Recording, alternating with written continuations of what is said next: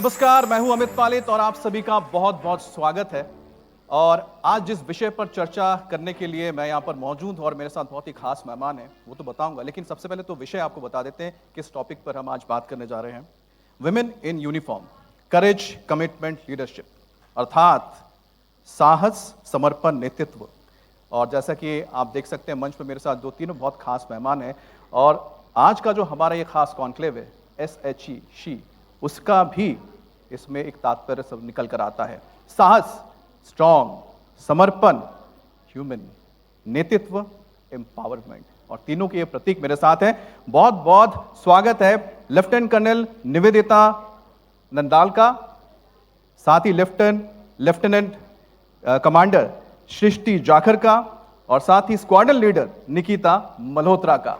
आप तीनों का बहुत बहुत स्वागत है। जोरदार तालियों का स्वागत कीजिए, क्योंकि यूनिफॉर्म में आप जिनको देख रहे हैं ये महिला शक्ति का जीता जागता स्वरूप है, और तीनों ही ऐसी हस्तियां हैं जो हमारे लिए, आपके लिए 24/7 365 डेज तत्पर रहती हैं, ताकि हम और आप चैन से सोएं। बहुत बहुत स्वागत है आपका। अमूमन क्या देखा गया है कि हमारे समाज में जब महिलाएं कार चला के जाती हैं, यहाँ पर बहुत सारी महिलाएं होंगी वो भी कार चलाती हैं, तो आसपास नजरें घूम जाती हैं या फिर आलोचना बहुत होती है उनकी, महिला गाड़ी चला रही हैं। यहाँ तो हम देख रहे हैं कि सीधे आपके ही हाथों में सिर्फ कार ही नहीं, स्टीयरिंग दी गई है, या हम कहें कि कंट्रोल दिया गया है। जो वॉरशिप्स हैं या फिर फाइटर जेट्स हैं या पूरे फौज की कमान आपके हाथों में है। तो आखिरकार कैसे आपने सोचा, कब ये ख्याल आपके जहन में आया कि नहीं, हमें तो यूनिफॉर्म पहनना है, हमें आर्म्ड फोर्सेस ज्वाइन करनी है? मेरे ख्याल में यूनिफॉर्म पहनने का बचपन से नहीं आया था ऑब्वियसली। जब मैं कॉलेज में थी उस दौरान मुझे इंडियन एयरफोर्स के बारे में पता चला था, और बचपन से ही मुझे पायलट बनने का मेरा सपना था। तो जब मुझे एयरफोर्स के बारे में पता चला और मैंने गहराई से उसके बारे में जाना, ट्रेनिंग के बारे में, और मुझे ये लगा कि एक ये बहुत ही बड़ी अपॉर्चुनिटी है जहाँ मैं अपनी देश की सेवा भी कर पाऊँगी और अपना साथ ही साथ अपना ड्रीम भी पूरा कर पाऊँगी। So it was the best of both worlds, and इसी तरह मैंने इंडियन एयरफोर्स ज्वाइन करने का निर्णय लिया। और परिवार से? परिवार से मैं पहली हूँ जो फौज में आई हूँ, और बाकी मेरे पापा ज्वाइन करना चाहते थे। वो भी एक था जिससे मैं उनका भी सपना पूरा कर पाई। अब देखिए, आप भी पहली बार आपने यूनिफॉर्म पहना है, अपने परिवार से आप निकली है। हमारे साथ हमारी दूसरी मेहमान भी है, लेफ्टिनेंट कमांडर सृष्टि जाखर। आप भी पहली अपने घर से कोई शख्स हैं जिन्होंने यूनिफॉर्म पहना है। आपके लिए कौन सा पल था जब आपने सोचा कि नहीं, मुझे तो यूनिफॉर्म पहनना है? Like she just mention that ऐसा कोई सपना येस और नो नहीं था बचपन में, बट मुझे एक किस्सा याद आता है। जब मैं अराउंड 10-11 साल की रही होंगी, तो हम लोग अपने बस स्टैंड पे वेट किया करते थे स्कूल जाने के लिए। तो वहाँ पे लकीली मैं जिस लोकेलिटी में रहती थी, lot of naval and air force officers सुबह सुबह अपने ऑफिस जाने के लिए अपनी वर्दी में तैयार होके निकलते थे। सो वो करिश्मा और वो जो कॉन्फिडेंस से वो जो वॉक करके जाते थे, तो कहीं ना कहीं दैट वो सपना मेरे अंदर घर कर गया था कि एक दिन मैं शायद उस यूनिफॉर्म में अपने आप को देखना चाहती थी। So but I never knew that कि ये सपना किसी दिन फाइनली फुलफिल हो पाएगा। बट शायद वो दिन था जब वो सपने ने एक बीज कह सकते हैं मेरे अंदर मतलब बोया जा चुका था। बिल्कुल। लेकिन लेफ्टिनेंट कमांडर सृष्टि, आपने तो बाहर से लोगों को देखा था जाते आते, लेकिन हमारे साथ लेफ्टिनेंट कर्नल निवेदिता हैं, आपने तो घर में ही देखा था, ख्याल तो वहीं से आ गया होगा। बिल्कुल।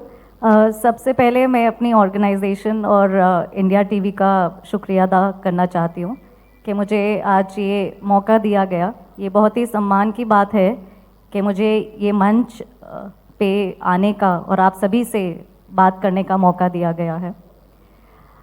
मेरा आर्मी में आने का सपना काफ़ी पहले से था। Being a second generation officer, my father was also in the army. He retired as a brigadier in 2016. उनको मैं बचपन से ही यूनिफॉर्म में जब रेडी होके जाके देखती थी, उनका डेडिकेशन, उनका डिसिप्लिन, उनका अपने देश के प्रति प्रेम मुझे कहीं ना कहीं एक मोटिवेशन दिलाता था कि मैं भी उन्हीं के कदमों पे आगे बढ़ना चाहती हूँ. And why not this organisation, why not army for my self also. कभी घर में ऐसा किसी ने बोला नहीं ठीक है घर में एक बहुत है?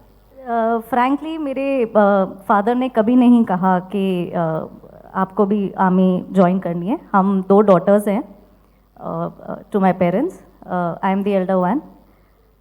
तो बट मुझे जो उनको देख के जो हमेशा मोटिवेशन मिलता रहा, दैट वाज विद इन मी. मेरे को हमेशा लगता था कि हम जब सबको देखते हैं और जब वुमेन को यूनिफॉर्म में देखते हैं, तब ये एहसास होने लगा कि मैं भी वो कर सकती हूँ. वही एक मोटिवेशन था जो हमेशा मेरे मन में रहता था. जब आपकी पहली पोस्टिंग भी हुई उस हिसाब से भी कौन सा आपके लिए बड़ा चैलेंज रहा? मतलब I am commission from OTA officers training academy Chennai. हमारी ट्रेनिंग 11 मंथ्स की होती है. सबसे ज़्यादा चैलेंजिंग जो हमारे लिए सारे वुमेन कैडेट्स के लिए रहा है वो रहता था चेन्नई का टेम्परेचर.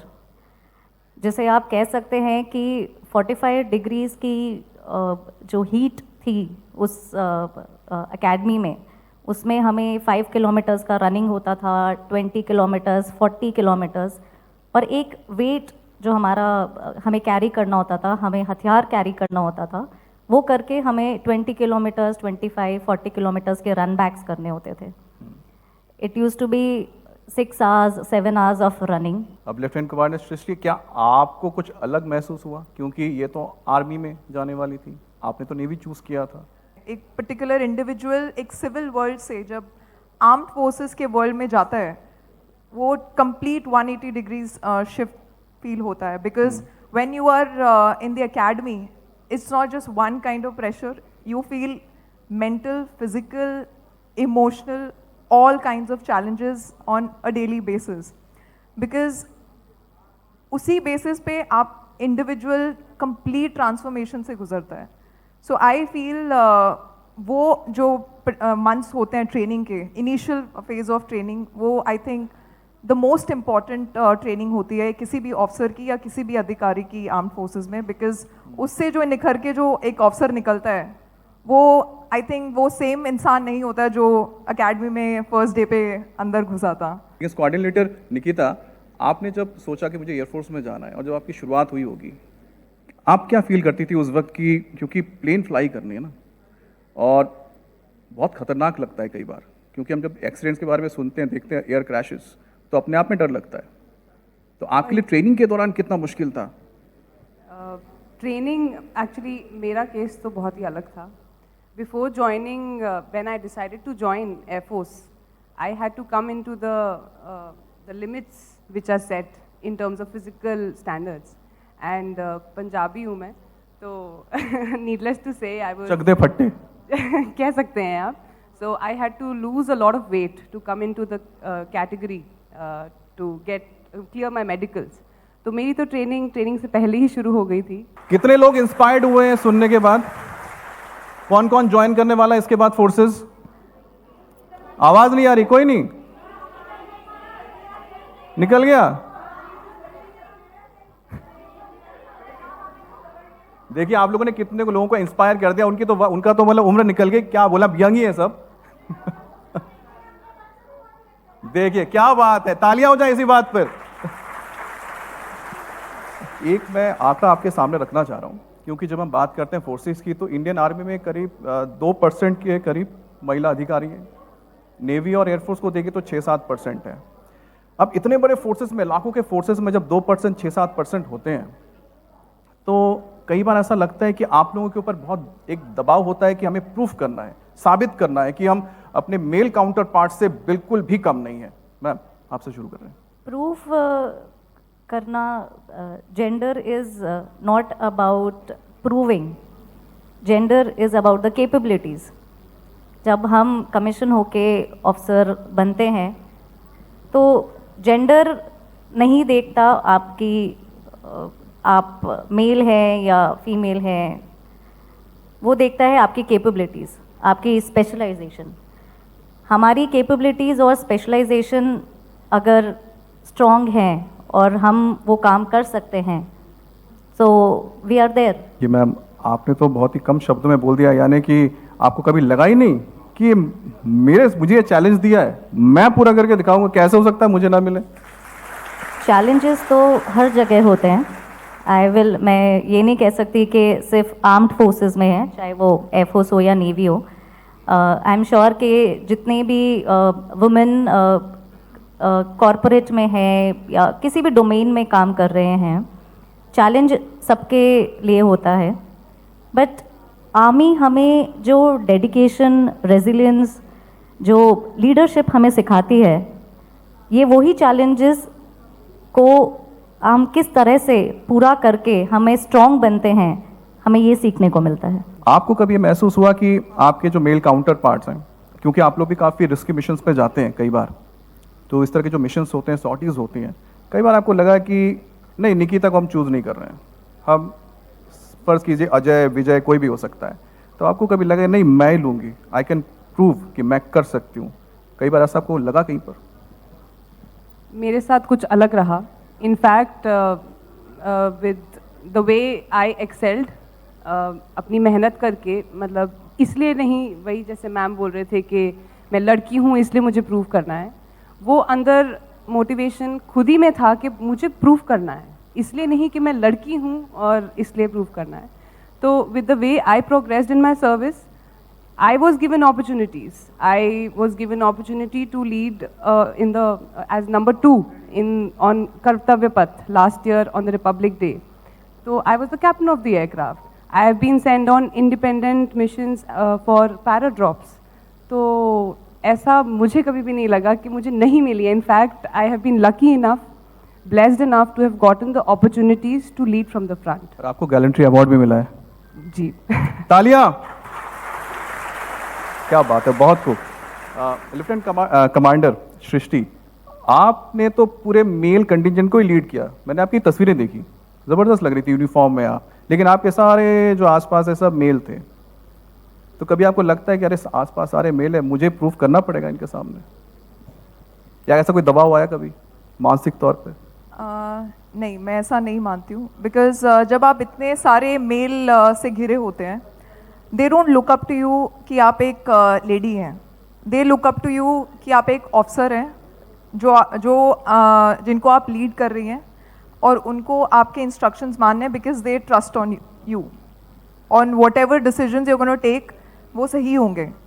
तो what I have seen in Indian Navy, I think all my counterparts, male counterparts, all my juniors, they always look up to me as an officer, and कभी भी as a lady officer, और उसके साथ जो taboo I think हमारी society से जुड़ा हुआ है, वो मैंने कभी आर्म फोर्सेस में कभी एक्सपीरियंस नहीं किया पर्सनली।